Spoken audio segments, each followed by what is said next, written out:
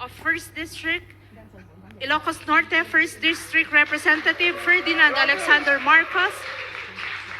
May we also invite the members of the first family to kindly proceed in front to witness the oath-taking ceremony.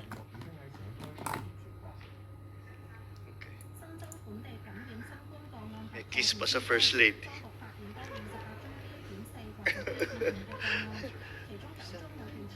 Don't cry.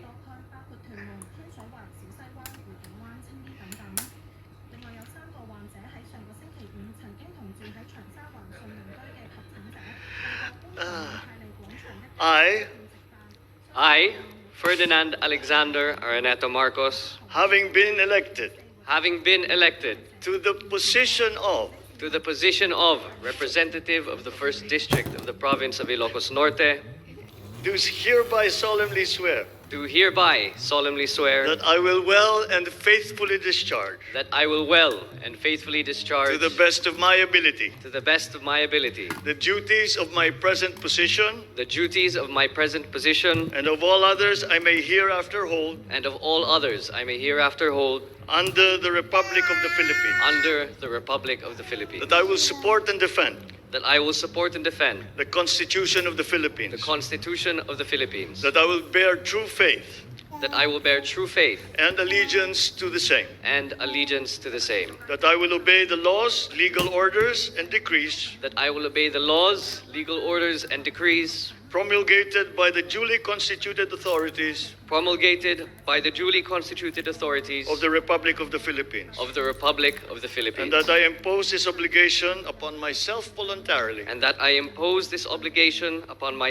voluntarily. Without mental reservation or purpose of evasion. So help me God.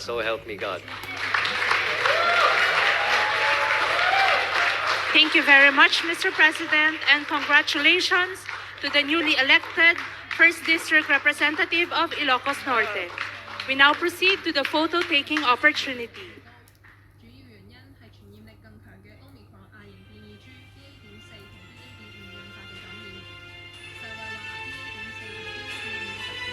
May we invite the President and the members of the first family for a photo-taking opportunity.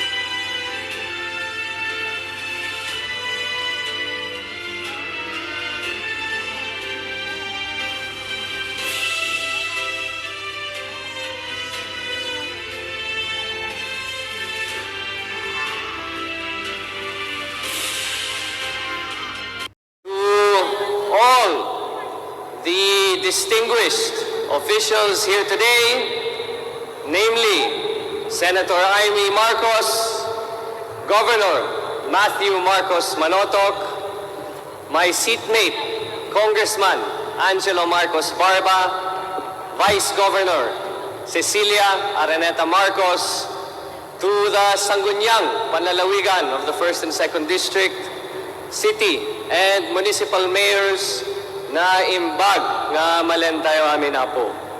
I stand before you a humble and grateful man, so I would like to start my speech with a message of thanks. Thank you first to my family, whom could not make it today due to impending preparations for a certain presidential inauguration in 3 days' time.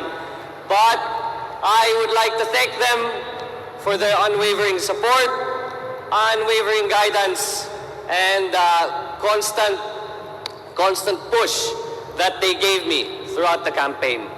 Secondly, to my political fairy godmother, si Ma'am Senadora Amy Marcos, whom without you I probably would not be here. So I have unending thanks and gratitude to you, ma'am. And of course, to my political kuya, Governor Matthew Marcos Manotoc, thank you, sir, for all the help you have given me, for all the guidance you have provided. And of course, to Vice Governor Cecilia Araneta Marcos, to Congressman Angelo Marcos Barba, and to all the mayors, vice mayors, barangay kapitans, and numerous officials who assisted me in the campaign. I will be forever indebted to everything that you have done. I must admit to all of you that the night before Election Day was a night filled with no sleep, lots of stress, lots of nervousness, and certainly a lot of anxiety. Naalala to ni Gov, pero nung madaling araw na, tinawagan ko siya at sinabi ko, tama ba yung desisyon ko na tumakbo bilang diputado itiyo ng distrito? Tama ba na ito ang naging desisyon namin? Pero po, nung dumarating na ang resulta, that nervousness became one of pride and one of joy. Not only because I was able to garner 105,000 votes, but because I became the first Marcos to run in the 1st District of Ilocos Norte and emerge victorious. But me becoming congressman of the 1st District means that we must now tackle the problems that face us not only in Ilocos Norte, but in the entire country. We face an economy that is ridden with rising prices, inflation, higher gas prices due to a war which we cannot control. But despite this tall order, I promise all of you here, to all my kakailian, that as your 1st District representative, I will bring pride to Ilocos Norte within the House of Representatives. I have made sure that despite not officially taking office, that we have to hit the ground running. I am sure, and I'm sure it has to be said, that despite being the congressman of the 1st District, also being the soon-to-be presidential son, is not without its tall expectations and big demands.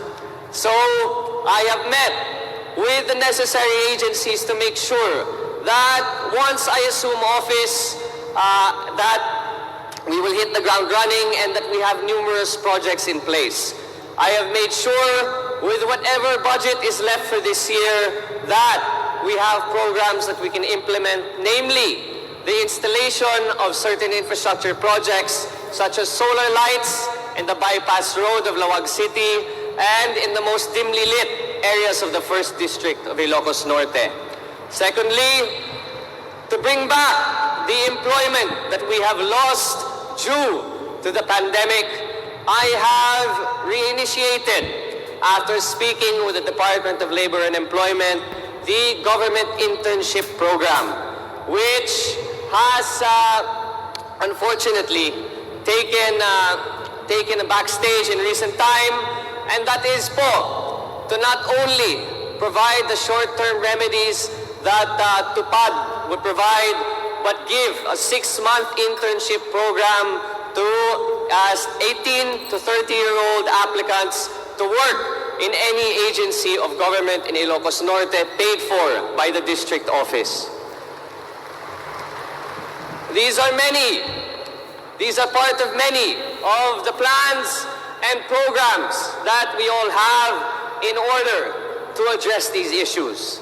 But to be able to curtail these programs, I must ask of you that the time for politics has come to an end. The time for public service in Ilocos Norte has begun. So we here, no matter what political color, red, green, pink, blue, or white, I ask that we stand together as one Ilocos Norte, as one solid North. Only then can we make sure that we support the incoming administration of President-elect Bongbong Marcos to the best of our capabilities? Alam niyo po, nung nag-usap kami ng aking tatay at sinabi ko po na nanenervyos talaga ako na tumakbo sa unang distrito.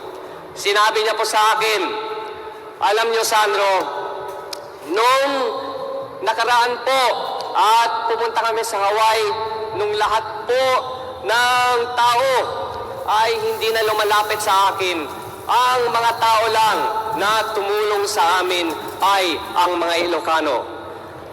Kaya po, ang sinasabi ko ngayon, kailangan lahat po kayo rito ay naging kasama namin sa kahirapan. Dapat na dapat magkasama rin tayo sa tagumpay. Kaya po, I am hoping that from this day forward, we bring forth that message of unity, not just as a campaign message, not just as a campaign slogan, but that we live by it over the next 6 years of this incoming administration. But once again, I am here to say thank you and give my gratitude as the new kid on the block.